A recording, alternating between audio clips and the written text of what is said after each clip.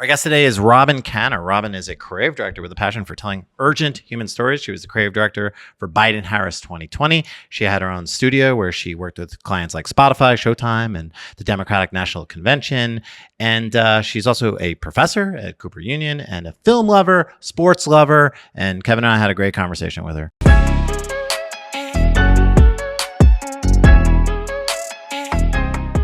How much reality TV do you watch? A healthy amount. This is like your thing. Yeah. Okay. Well, cool. I love trashy reality shows. Okay. Got it. You know, started Real World like when I was younger, Sure. like, you know, It's just strangers like a living thing. in a house. Yeah, It's yeah. just been something I've been into. And then I've always enjoyed sports. I grew up on Long Island. Sure. I identify as bro. Great. And so when Good time to be a bro. huge, yeah. I mean, Great time to be a bro. it's never been hotter. Yeah. This moment of reality television and sports commingling Sure. is, you know, again, it used to be Hard Knocks. Yeah. And that would be it. It'd get Uh-huh. like, 4 weeks in the summer. Yeah. Now it's every day. You know, a lot. there's a healthy amount of programming. Yeah. But it's not for you, Rom. It's not for me. Yeah. It's for a lot of people in my life though, and I can respect that, and I'm good with that. And I don't think there's anything wrong with the genre. I think the genre is really interesting. It's just not the thing that if I get an hour and a half, it's the thing that I'm gonna do. It's bringing more fans into the sport. That's what it did for F1, and Totally. that's why everyone is like, "Ooh, we need For sure. a reality show about Yeah. this sport." Yeah. Everyone needs to know about the drama. Yeah, everyone needs to know about the drama, and that makes it interesting because like these points of tension, something like a decision has to be made. Like that's what makes stories really interesting to people. So that's why they get engaged with it. Do you find inspiration in your work through Oh, for sure. how? It's a lot of how I think about managing people. That's kind of like the thing, right? And I think when we think about like design, like we can think of them as like these like individual singular pieces. But the thing I love about sports is this idea of like, especially in football, like I have this team moving. I need to get this piece right. If I get this person here, I know that they do this really great. I can get that under budget. I can shift this thing.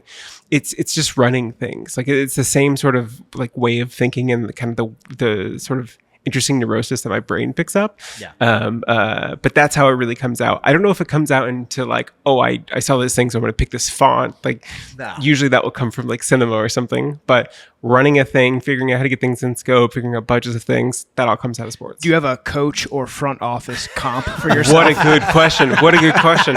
I want to be Sean McVay. If I ever want to be him, I'd be Sean McVay. Sean McVay. How do you feel about the beard transplant? I have a hard time with it. You got to do what you got to do. Live your life. Live your life. It's a good moment for bros. It's a good moment for beards. Like whatever you need. A beard transplant. Listen, I'm not shaming transplants. Like Sure. if you see me coming back from Turkey, There's no, an you did it. evolution. There's an evolution to this. Yeah. But a beard transplant, Yeah.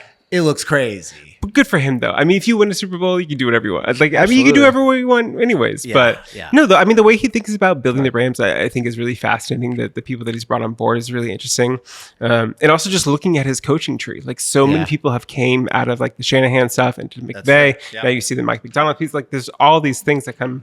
I think about that sometimes in design. These sort of trees For of sure. people that come from. I was thinking about it on the way over here. Yeah. Because I was Okay. thinking about your role in Collins and how like all these Collins things I see now. and I'm adjacent to the Collins coaching tree. Yeah, It's fascinating to me. Yeah. I'm an Andy Reid. That's You're my the Andy Reid. Like your personality show. Yeah. I do find inspiration from the coaches For sure. and especially Hard Knocks where they give those.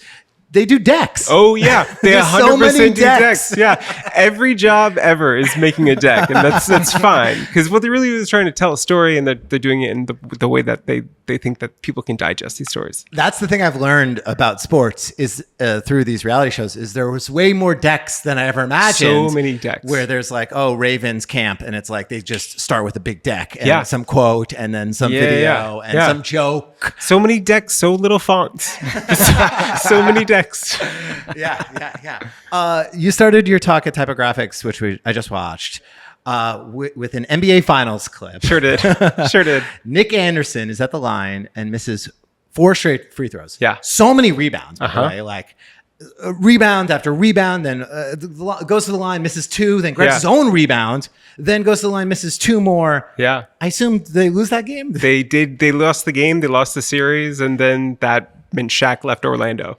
So many things cascaded from those missed free throws. Why start your talk with that? What's the When I do a talk about design, I'm always trying to figure out like a more human story to talk about the work itself, because I think that's kind of where design shakes itself out. It's in these human components, and I think the visuals can be really interesting, but people latch onto stories, right? So thinking about how I wanted to write that talk, it came down to, well, how do I talk about the way these moments in life have really impacted the way that I think about work and how it comes out into all these things that I touch and these people that I work with.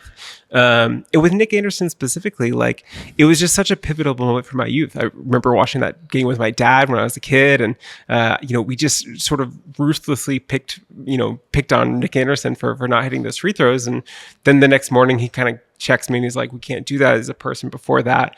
And it's just one of those things that gnaws at you and kind of shifts the way that you kind of think of things in the world. And, I see it now in stuff that I make. Anytime that I'm quick to be like, I don't like this, that doesn't mean that this isn't a person. Like those can be separate thoughts. And figuring out the delineation of those two, I think are really important. So you think designers should be thinking more about the people behind the design before they trash it in the comments section, or they sort of rip it apart? Sure. Or just know it's like not for them. Like it's fine. Like, I think about the amount of times I make work for things, and I'm always considering the audience, but I'm never really worried about like what a designer is going to be trashing on Instagram or not. Yeah. I'm mostly concerned about like what John in like Pittsburgh on Reddit thinks of things. Yeah. Way more interested in that than like what whoever on Instagram is talking about. Yeah, that's one of the things I admire about you, is that you seem to truly sort of find a way to say, this is, I don't give a fuck. Like, and this is me. This is the work that I make. These are the people that I fuck with. Like, this is the stuff that I'm really into. Related, why should more people listen to Ed Sheeran? Why should people? Oh, man. Okay, so here's the thing about Ed Sheeran. Fascinating human. Yeah. What he does with so little, I find to be so remarkable. Yeah. Basically, every song Ed Sheeran writes has 4 chords, right? He plays these chords. He shows you how you can riff on these things. And that's it. He has perfected pop music and sort of all of its components. But then visually, he's the exact opposite. He's a huge maximalist. Like everything is super color driven. He does all these paintings. He like has all these crazy watches that are like both really interesting, but also kind of cringe in a lot of way. Like everything that he kind of builds around himself is sort of the antithesis to how he approaches music. And I think that tension is really fascinating. Like there's something there really interesting. So that's kind of anything that makes something interesting. I think that's worth listening to. I think Ed Sheeran should get more respect. I'm with 100%. You. Castle on the Hill, one of the great all-time jams. Yeah. Also, great concept to do divide, multiply album. Understands the brand from a total top-down approach. That. Yeah. I was like, damn. Yeah. This is a good concept. Yeah, he's really.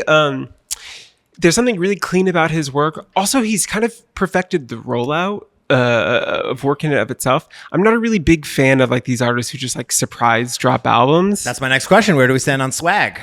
Swag, great. Yeah. Totally fine. I wish Rick Rubin like chopped 50% off of it, but I think it's really great. Basically, everything in the world is better if you just like chop off like 40-50% of it. Yeah, famously he reduced Yeezus for Kanye, which is I think about that all the time. He didn't produce it, he reduced it. And that's what more people need Rick Rubin to do, is just sit there without any shoes on and just say, not that song, not that song. Not that song, just not that sound, like just removing things, components, like elements from songs too. You're saying like actually reducing it down. Just scale it back down. I really don't need much to get in on something. Interesting. Yeah. So you don't like the surprise drop album in the middle of the night? Like, surprise, no album. I thought it was interesting 10 years ago. When Beyonce did it. Yeah, I think it's lazy now. But I thought it was interesting 10 years ago. I wonder if it makes you respect it less or more. Like, I want, because I've had that thought. Because it's like, this album comes out, out of nowhere. Oh my God, it's here. And I didn't know. And it's really good. Yeah. Do I care about it as much in a week or two, or do I care about less? I think about this in terms of like TV shows and rollouts as well. What do we think? I just want time to digest the thing.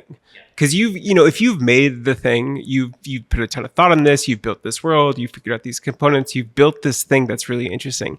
And when you give it to me just like, hey, here it is on Friday afternoon, you didn't know it was coming, there it is.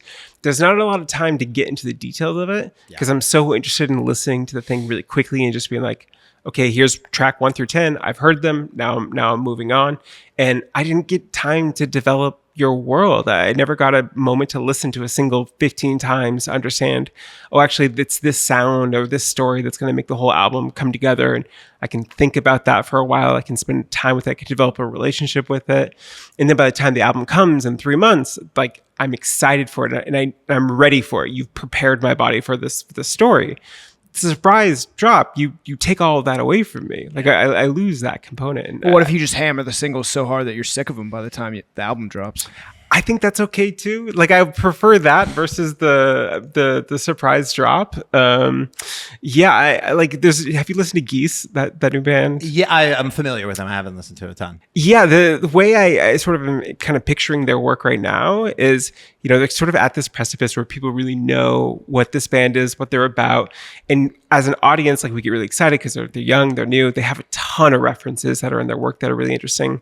But they put out Taxes, which was the first single off this new record, Getting Killed. And they let people have it for 2 weeks. You listen to it for 2 weeks. And it's like, it's not enough to get super sick of it. Like there's a time period. Like if you just give me the single for 3 months, yeah, I'll get sick of that single.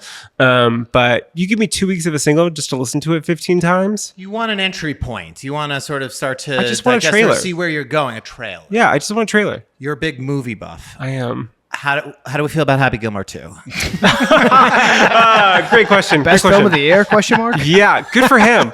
Good for him. Good for these stories. I haven't seen it. Is it good? Oh, you haven't seen No. it? Kevin hasn't seen it either. This Yeah. is such a bummer. Yeah. I was expecting us to. I watched to the release- Eminem cameo. Oh, good spoiler for Kevin. Good, there's an Eminem cameo.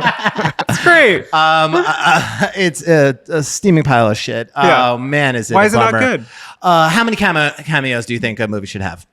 Oh, I don't know. Like it depends. 2 to 5, maybe. Sure. Or, Yeah. I'm maybe guessing it's 15 to 20. 88. Great. 88. 88. Wow. Good for him. Yeah, I mean it's too many. Yeah. It's, What's your favorite Sandler film? Billy Madison? Oh, I interesting. mean, yeah, Uncut Gems, maybe. Yeah. Uncut Jim's great. I mean, I think Click. man, what Click. All timer. Yeah, Click's fire. All Yeah, timer. I mean, Billy Madison and Happy Gilmore to me are just like, those two Sure. stand They have, like, above. moment in time. Like I like Big Daddy or I like The Sure. Water Boy or like, but I think those progressively got worse and worse and worse Sure. as he Sure. sort of went. What's Yeah. your favorite? I like Serious Sandler. I'm a big fan of Serious Sandler. Yeah, really big fan of Reign Over Me. Adam Sandler did a 9/11 film. It's perfect. It's really, really well done. Punch Drunk Love, big fan of PTA. Yeah, I really like Serious Sandler. Okay. It's great. Yeah. Yeah, no, I guess I dropped off 20 years ago. Sure. Yeah, I think Uncut Gems is in the same pocket of Serious Sandler. Okay. Like, it's in there. I will say Safdie in this Happy Gilmore 2 movie. Oh, he's in it. He has a is cameo.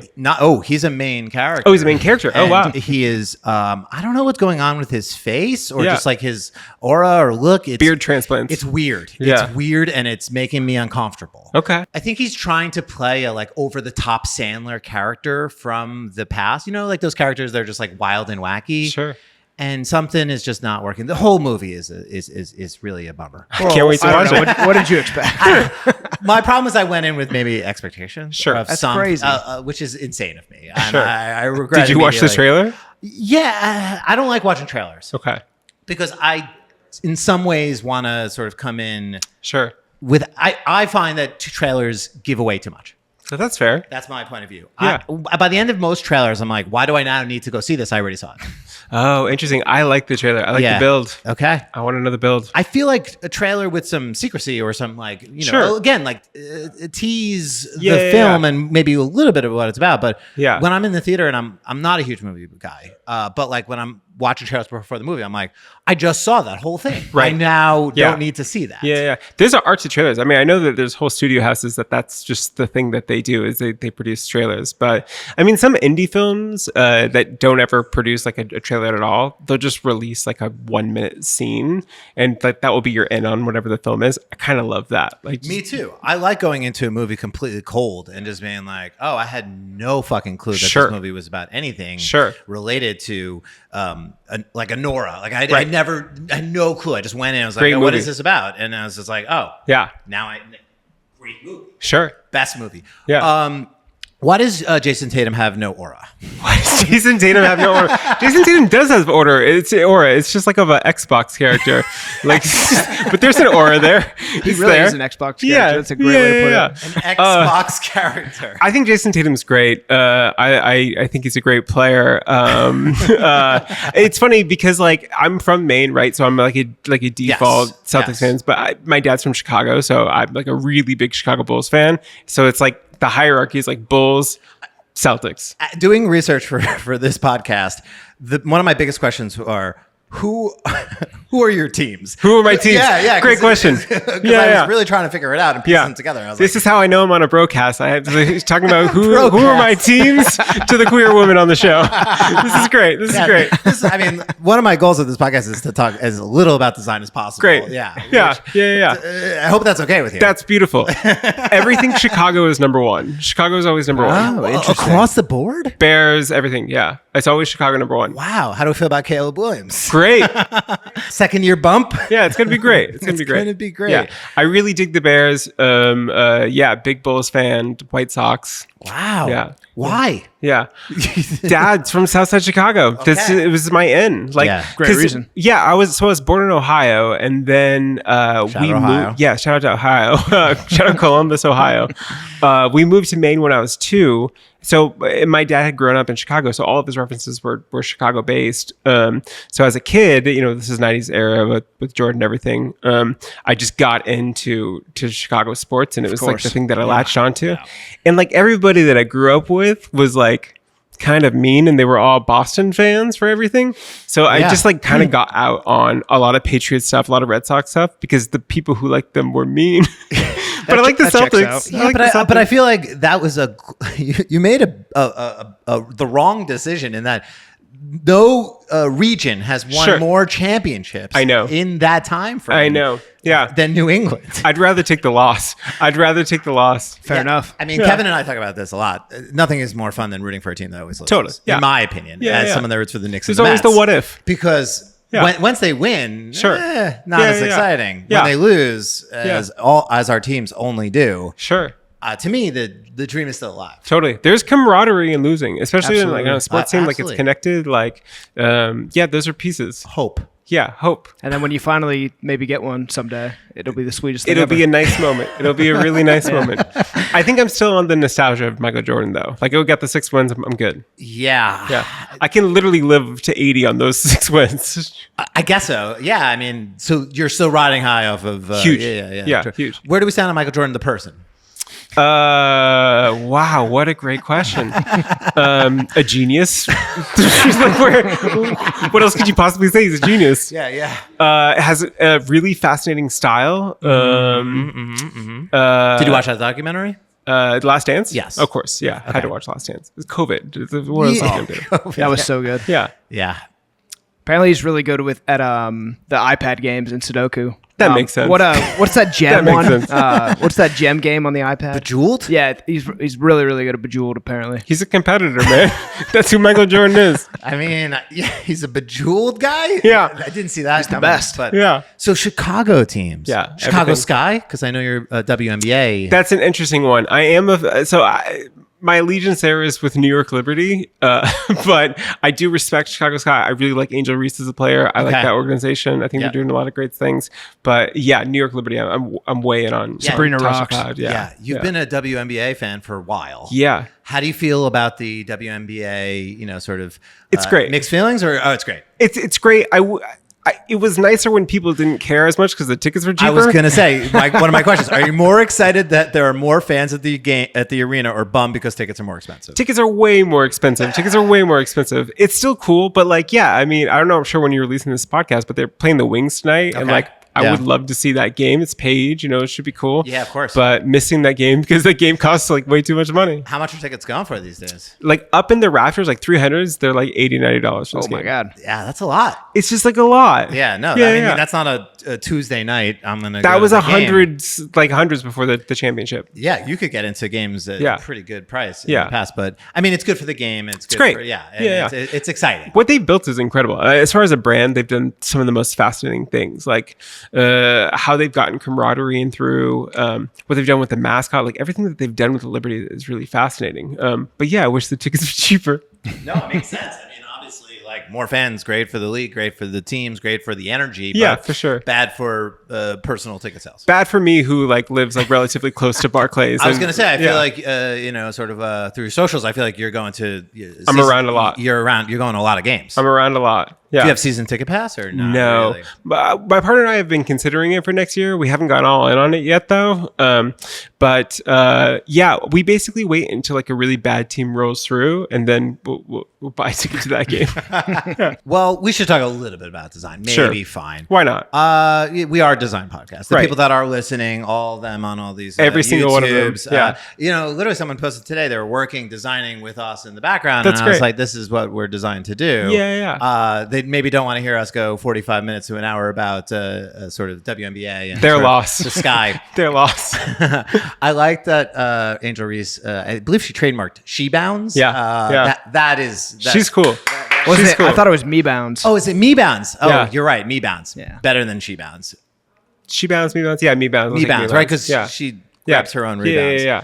How She's did her you own. design the license plates of Pennsylvania? How the hell did that happen? A lot of people worked on that one. Okay. This is a good Sean McVay example, right?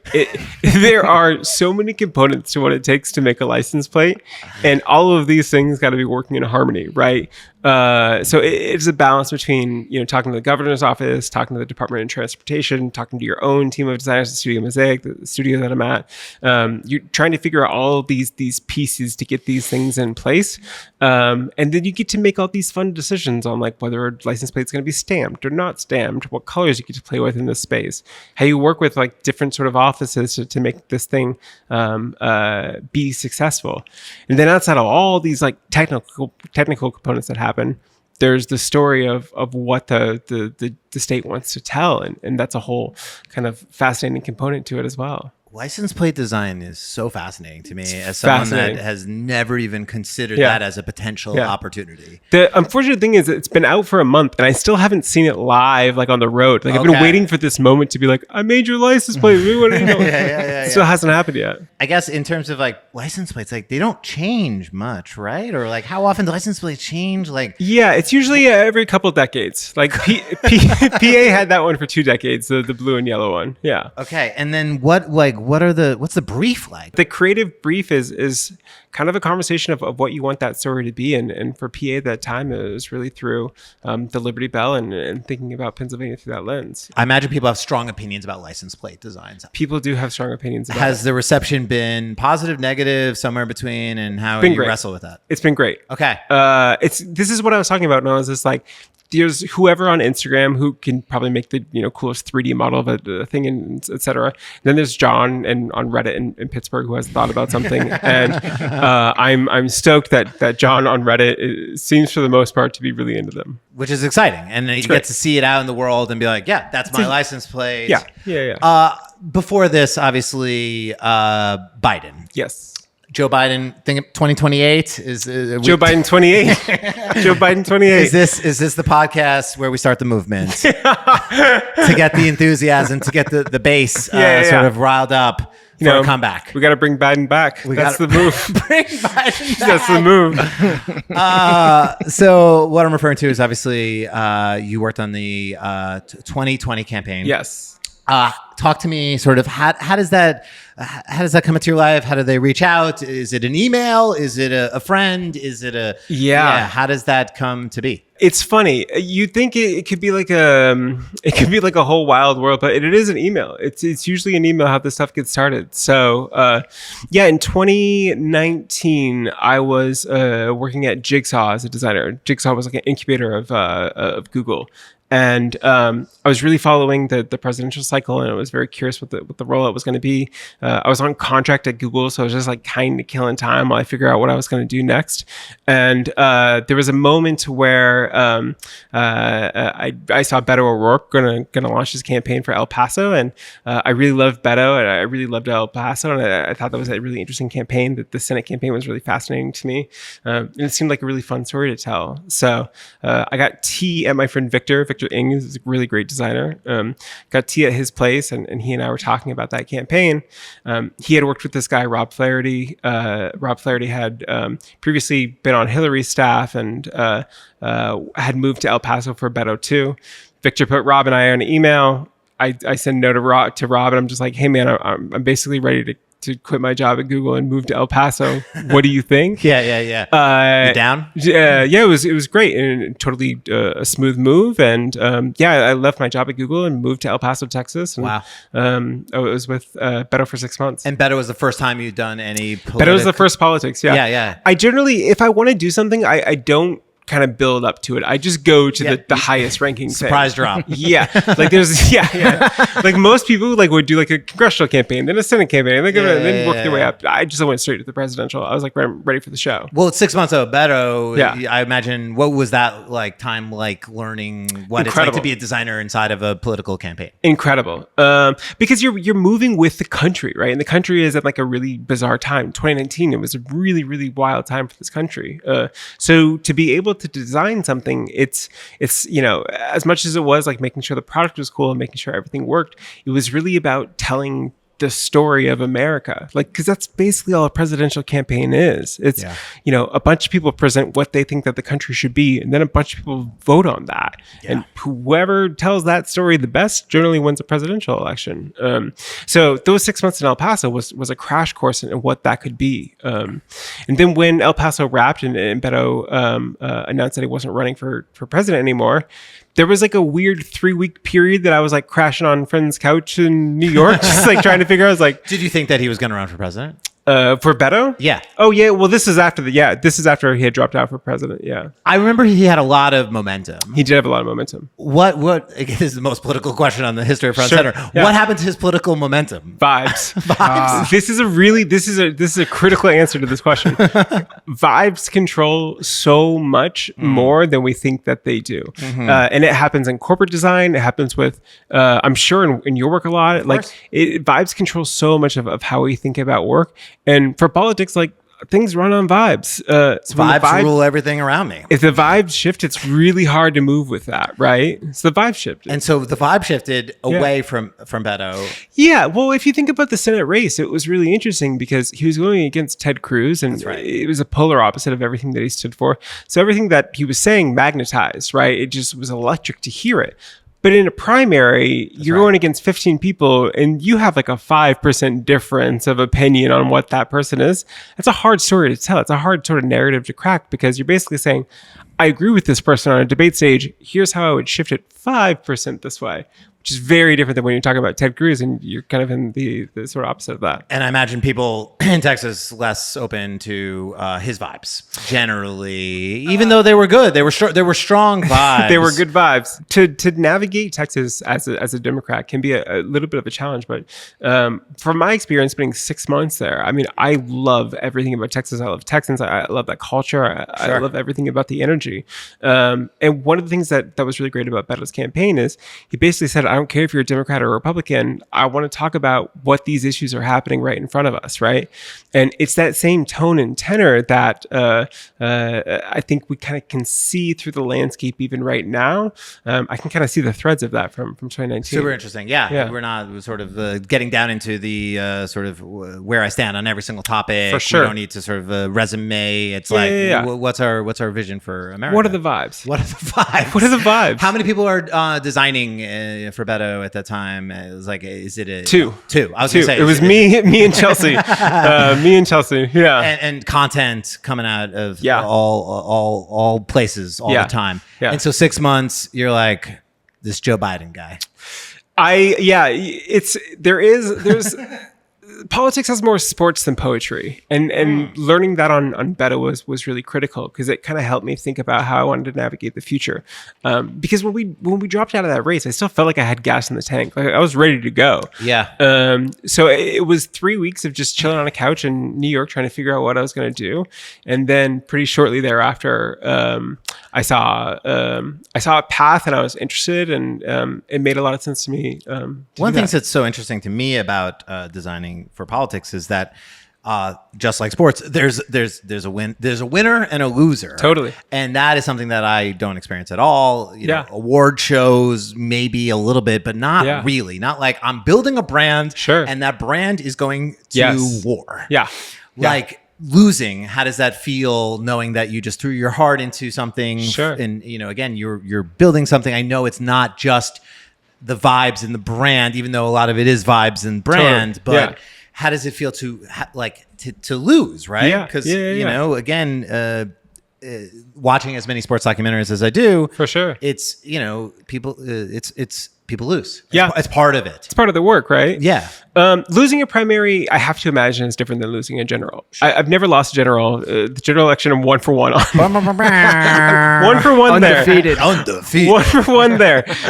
Primary, We'll get there. Primary is a little bit of a different boat. I think when we lost the primary, it was really just understanding that the race was still happening around us. So there wasn't much time to sort of like sit outside and be like, oh no, feel bad down on yourself. Like it wasn't the off season. Like the game was still going on. The game was still in. You just jump to a new team. Game was still going on. I just had to crash on a couch for 3 weeks and figure it out. And so Joe Biden, you come in, Yeah. and what was the role? What was the conversation? And what was the what were the vibes? Yeah, so I was a senior creative advisor on the campaign, did the creative direction for the general election rebrand, and then helped implement it with the team throughout the whole cycle.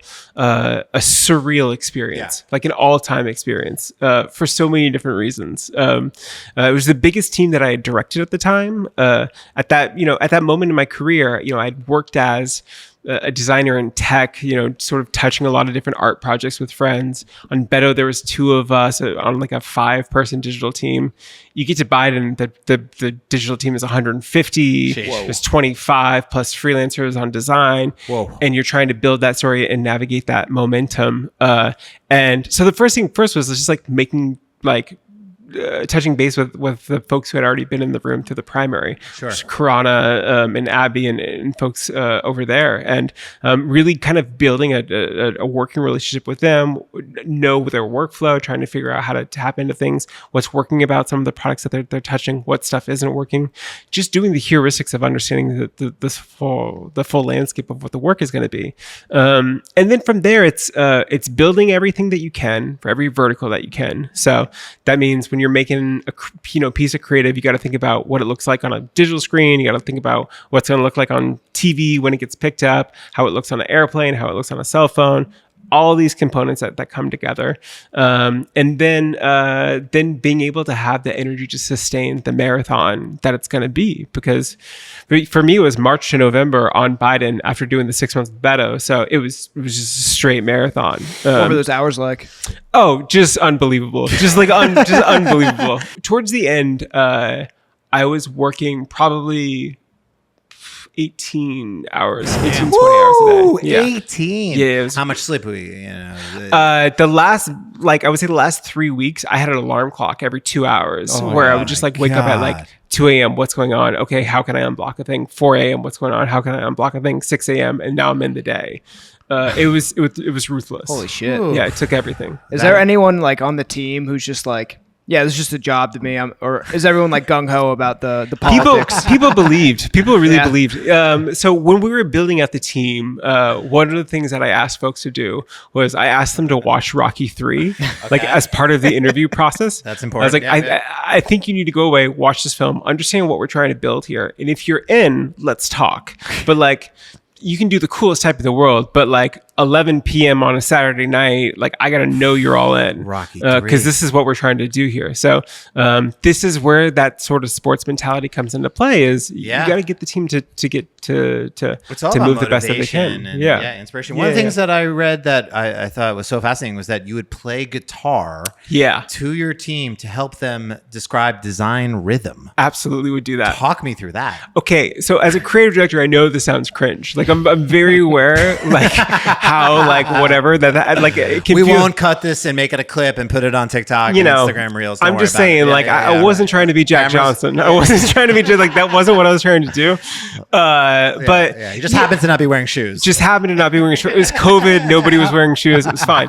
But yeah, I'm not a big believer in the 150-page brand book. I don't think people really like to read those things. I don't think people like to make those things. Cut that from the show. Yeah, what do you mean? I don't think it's that's our whole business. What do you, sure. Okay, we'll come back to this. Sure. Okay, yeah. It has its place. I've built them. I think that they're really important for the right team. That's the right answer. Okay, okay, back to the guitar. Yeah.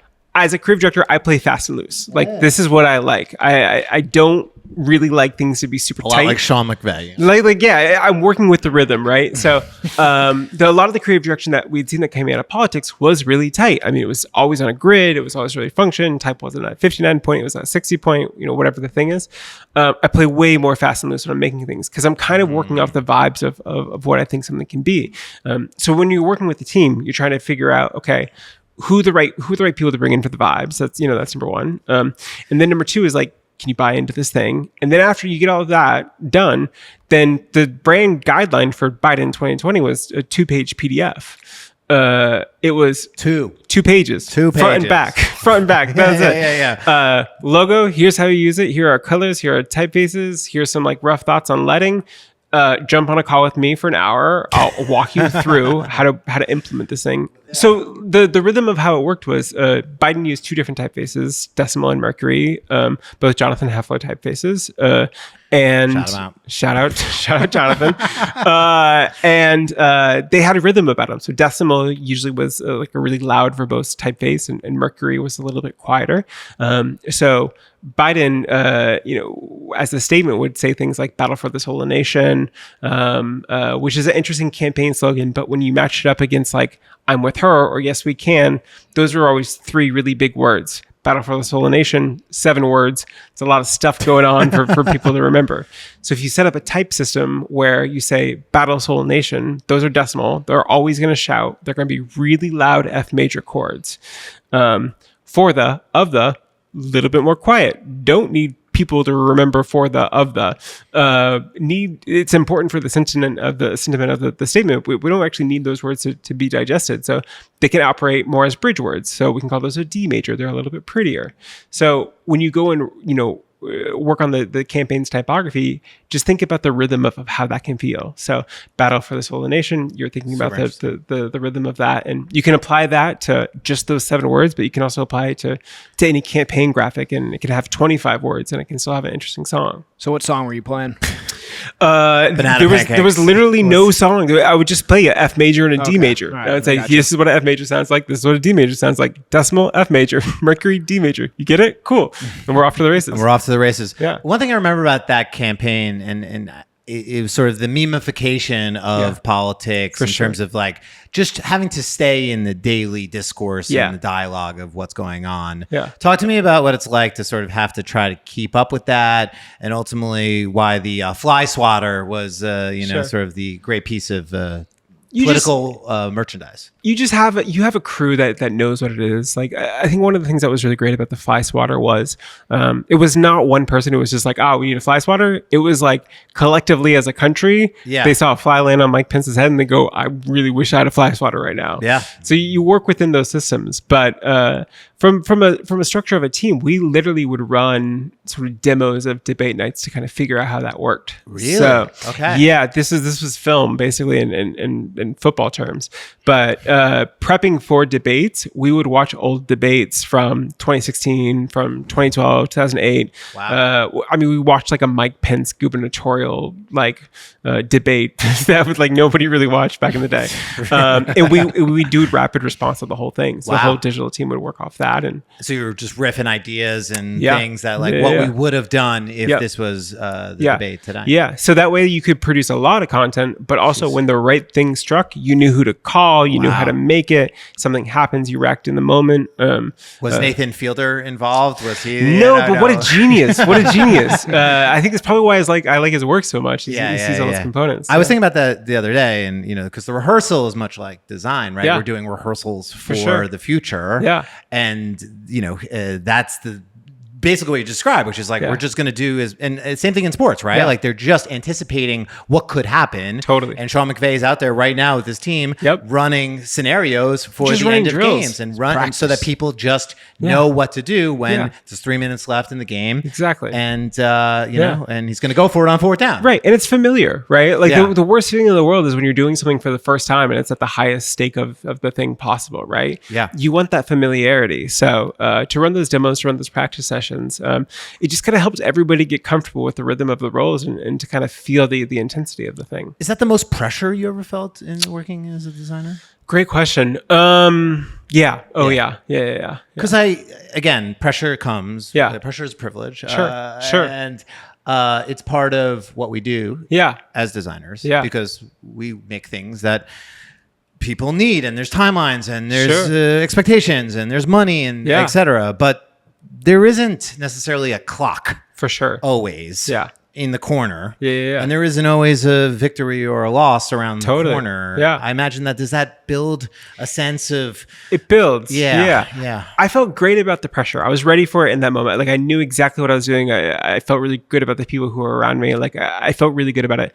Coming down off the pressure, that was the hard part. Okay. Because there was a moment when I realized like 3-4 months after the campaign that not every project wasn't going to feel like that again. It wasn't going to require that much energy. And I would be doing a disservice to the people around me if I asked them to meet me at that intensity all the time. The come down of it was way harder than ramping up towards it. That's super interesting. Yeah. Did anyone like crack under the pressure? Do you see people that are just like, I can't keep up with these? We all had our moments. Okay, yeah. Everyone had their moments. Because I imagine there's people dropping like flies. Everyone had their moments. The hardest vertical in 2020 was advance. Okay. So advance in politics is basically somebody's going to go do a talk somewhere and you need sort of a sign behind them, a sign in front of them. You need signage around all these pieces. Got to figure out the digital component. These packages take a lot to build. And towards the end of the campaign, if Biden, Harris, other folks connected are doing something, like you're building 15 packages a day, and that's 15 stadium tours. So, and I imagine all this is like very sprinty, right? Like every day is a sprint. Yeah. And because you don't necessarily go in being like, oh, on Thursday we're doing this. It's like Thursday comes and that's what's happening today. But when you're ready for it, you're ready for it. Like you can't miss the moment. Like when you're in the moment, you just got to know I'm in this moment right now. This is what we're doing, and you got to go for it. I imagine it's quite fun and exhilarating to a certain extent, but also looking back, I imagine terrifying to think what you put yourself through. Yeah. But you won. So winning helps. I won't lie. Winning helps. So how did it feel to win? Great. It felt great for 90 days. Wow, that's a long time. 90 days, it felt good. It felt bad after. 90 days, it felt great, though. But those 90 days, like that, I mean, I think things typically, again, for me, if I do something unbelievable, for sure. I talk about this, Debbie Millman talks about this a lot in terms of like how long does the drug wear off of something amazing happening. For me, it's 7 to 10 days. 7 to 10 days is pretty good. 7 to 10 days is pretty good. So 90 days 90 feels days, like a... That's about the amount of time that people will care. Like if you do win a presidential, like you can basically get anybody on the phone for the first 9 days. Like if you want to talk to Steven Spielberg, he's going to pick up the phone call. Like that's going to happen. After those 90 days, it's ice. Like you got to go. You're just back on the grind. You're trying to figure everything out. So for 3 months, it felt really cool. And then after 3 months, you kind of the dust settles, and you're kind of a person. You're like, okay, how do I build something new, right? Like I'm just coming down from scratch here. So how to build something new? What people do I need involved? How do I translate political design into other sort of sectors, right? Yeah. There's this interesting thing when I sort of first broke out of politics was I'd get on these calls and folks would be like, really loved what you did with Joe Biden. I got a soda brand. Can you do that? Like these feel like separate things. And then I'm sort of in a sort of defensive position of like saying, yes, I understand how these components can be together. So those are the conversations that were the hardest to come out of that. Joe Biden is a lot like a soda brand. There's a lot of connections. Yeah. Remember the infamous meme, soda. Soda. Yeah. I remember pitching to MLB. I love that one. And just being like, look, Joe Biden, MLB, similar problems that you're navigating. I think I could help you out here. I mean, not totally wrong. Like there is a crossover. There was a connection. There was a connection. Yeah. Yeah. It's really interesting to hear you talk about sort of like coming down from that high because, I would imagine winning a presidential election as a designer, as someone that's building the brand just won. Sure. The greatest Yeah. popularity, the biggest contest in the world. For sure. Like, how do you then try to sort of bring, or do you just come to terms with the fact that like no project is ever going to feel that high again, and you have to like work through that? Because I imagine asking for a friend that has had some highs, not that high, but it's sometimes hard to get back up for the games after you won the Super Bowl. Yeah. I know this now. I didn't know this 4 years ago. Okay. Like 4 years ago when we won, I didn't really know how to put the pieces together. Now I look back on it and I go, you just got to put it away. That's it. Like you wake up, you understand this is the thing that happened. It's really cool. Put it away, move on. And you just got to make the next thing. I think a lot about folks who probably win Best Picture for an Oscar, right? It's a massive big win. Mm-hmm. Day after, go back to work, get a good night's sleep and kind of figure it out from there. In the moment, it's really hard to navigate that thing because it's bigger than the Super Bowl. It happens once every 4 years. It's the Olympics, right? Yeah. So to win that moment is really vast, but then to see the fuller picture of how things could shift out and you start to plan, very quickly your brain goes to the next cycle. Very quickly your brain goes to, what am I going to do next? Who's going to care about this in 8 years? Like, so all those things kind of happen. And then that's the hardest part to move on from. How did it feel to see Joe Biden sort of go through it again and sort of go through that sort of less than ideal experience the second time as a viewer? Super tough. Yeah. Not an easy experience to sit there and watch. I think at the time I could start to feel a tide shift in the country. Like it wasn't defined as much as it is right now, but I could feel this sort of generational change happening. So while I was experiencing it, like I could just kind of feel how tough it was. And I felt for a lot of people who were around me who are navigating it. I felt for the country because I kind of knew what that meant for us, or how it was going to look out for the rest of the country. So it was tough to watch. And then there's a moment where you get an edge and you think, okay, what am I going to make next? Did you ever contemplate joining or going back to the Biden campaign the second time? Yeah. I want to get back in there. For sure. You don't not contemplate it, right? Yeah. There's a part of you that always considers it. I mean, I remember even when we won in 2020, like maybe 2 weeks after, being in like a room of political consultants that were like, the roadmap's all laid out for you. You're going to go to the White House and you're going to do this, you're going to do that, and all these things. Interesting. And then, I put kind of foot on the brakes. I was like, actually, no. I'm like a weird artist who wanted to do this thing once, super stoked it worked out. I want to make a weird like crew neck that I think is really interesting next though.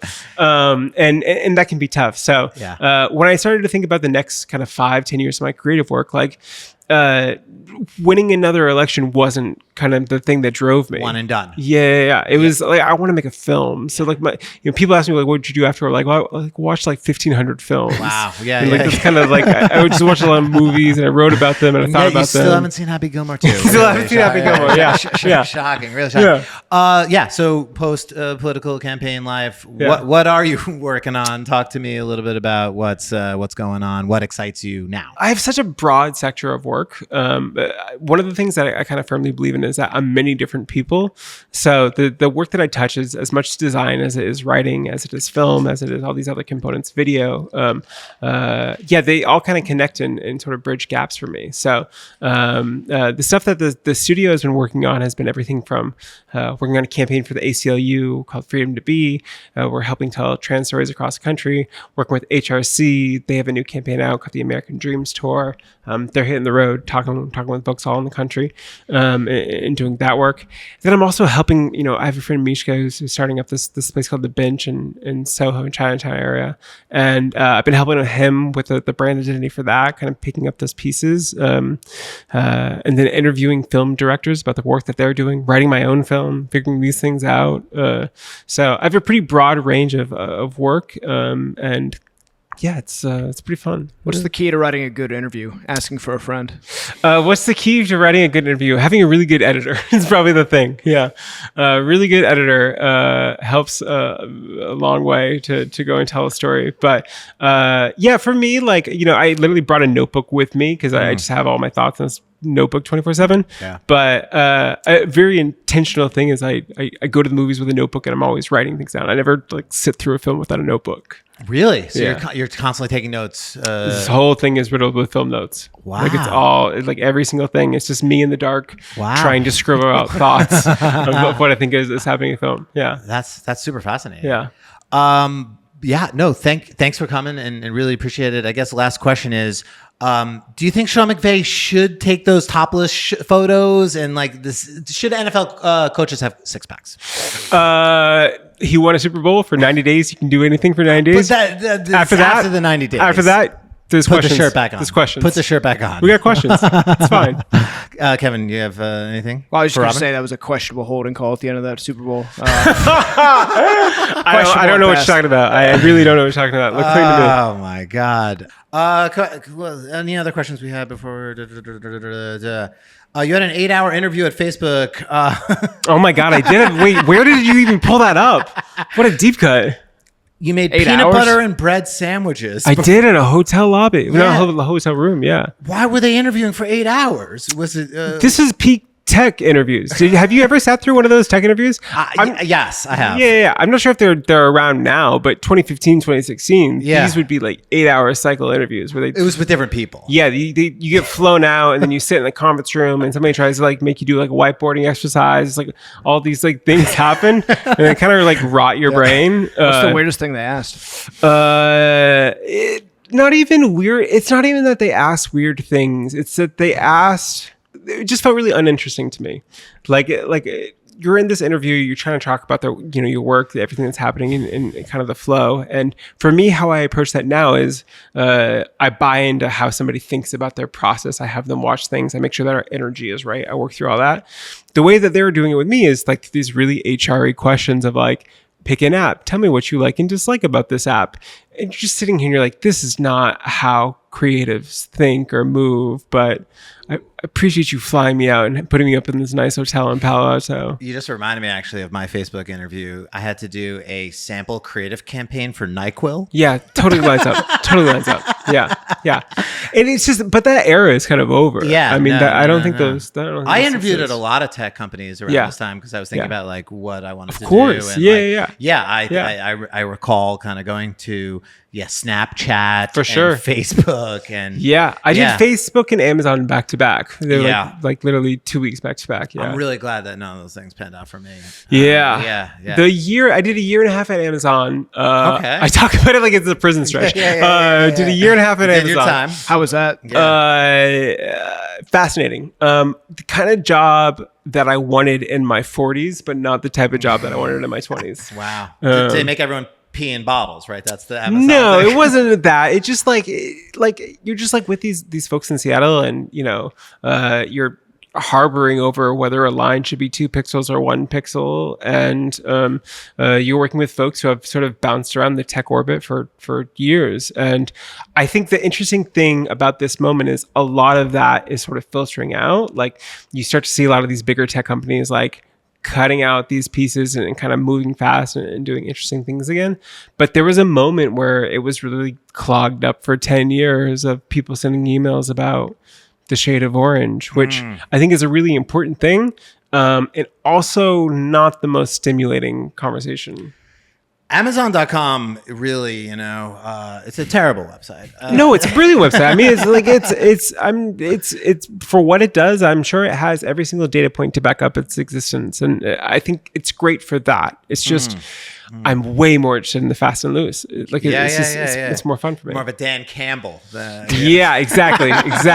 Yeah, a little bit more of a lion's approach. No, that's really where bite him in the kneecaps. That's what I'm trying to go for here. But wait, can I ask you a question? Yeah. Talk to me about this bureau thing. What's going on here? This is the Tom Holland thing? This is the Tom Holland thing. What's the process is the process? No, what's the Standard is the standard is the standard. Yeah, standard is the standard. No. Bureau is the non-alcoholic beer brand from Tom Holland and Center, launched in October of 2024. Trying to make delicious beer that tastes like beer, that looks like beer, that smells like beer, and that you don't feel bad holding at a party or bringing to your friend's Super Bowl or drinking at the Soho House. And Wow. yeah. You said that like a man who said that many times. I have had it since. You said like a person who has repeated I that pitched line. it once or twice Yeah. on some new business calls. Yeah. For Do sure. you fuck with NA beer? Yeah, I where do we don't. stand? I don't. But it's not for me. It would be like drinking Robitussin without making me feel better. Well, Yeah. apparently, if you drink enough Robitussin, you yeah. get a little trip going. Yeah. You famously sober, Famously sober. but not in the mocktail NA. No, I'm you not in the know. world. No, I drink Topo Chico. I Okay. love Oh, Topo hell Chico yeah. sparkling Yeah, water. hell yeah. Um, Okay. That's a good El Paso tip. I got Topo Chico out of El Paso. There it is. Yeah. It hits yeah. the back of your throat Yeah. real nice. Yeah. Yeah, a great brand. Yeah. Running.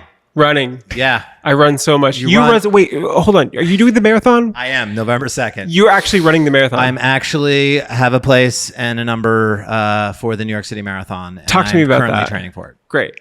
I ran for 2 years, 2014 and 2015. Did 2 halves. Great. Had a great experience with it. Yeah. Gave it up and haven't been running, and then turned 40. We were talking before the microphones Yeah. about Love getting age, old. and 40 kicked me in the ass a little bit mentally. Yeah. In that I was scared of it. Just kind of age freaks me out a little bit, dying, et cetera, Sure. et cetera. Sure.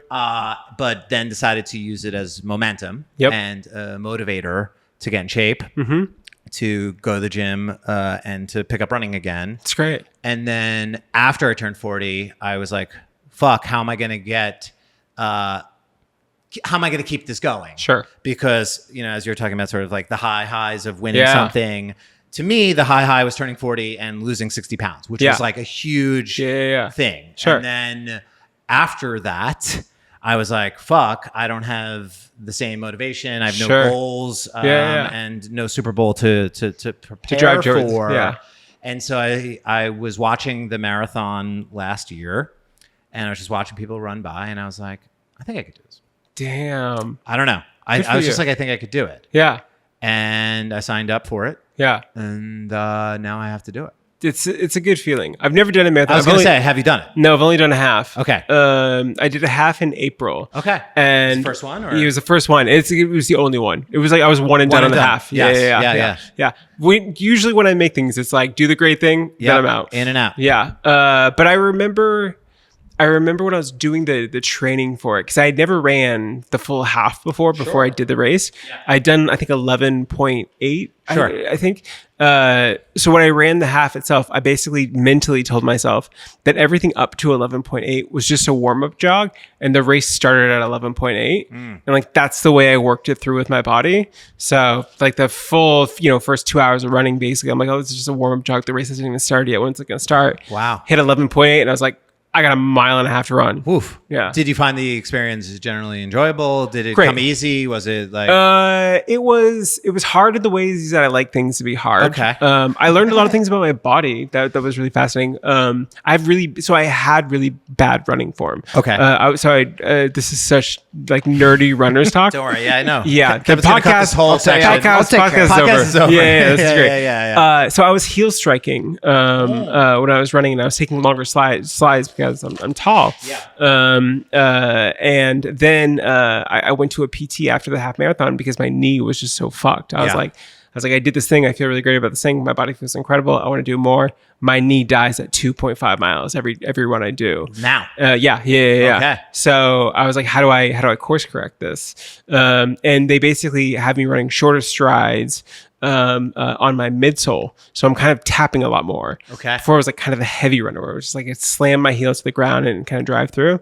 But now I kind of run on my midsoles and I can push it further. Now I'm back up to kind of 5 miles right now. Okay. But the goal for me was to get 300 at the year, and I'm at 300 miles. yeah. Okay. Yeah, I'm at like 180 now, I think. Yeah, that feels like a lot of miles. How many Yeah. miles a week are we? I guess I I have probably no could do that idea what to math. calculate. Yeah, I'm sure you've already yeah. done it though. I mean, if you're prepping I for don't know. that. I just do Yeah. whatever they say to do. I'm Yeah. just like You're doing go it like with a program. Yeah, Yeah. exactly. They're like, go out there Yeah. and run for 30. Run for 30. Yeah. Well, Yeah. here we are, just three athletes, talking. 3 athletes, contenders. Yeah. Check us out on Strava. Yeah, check us out Strava. give us a follow. Yeah. And give us those kudos. Yeah. Please, Yeah. for all three of us. But Robyn, thank you so much for coming. Thank You're you. a legend, and this was as fun as I thought This it was was going to great. be. And, Thank you. You're a legend. So Appreciate you.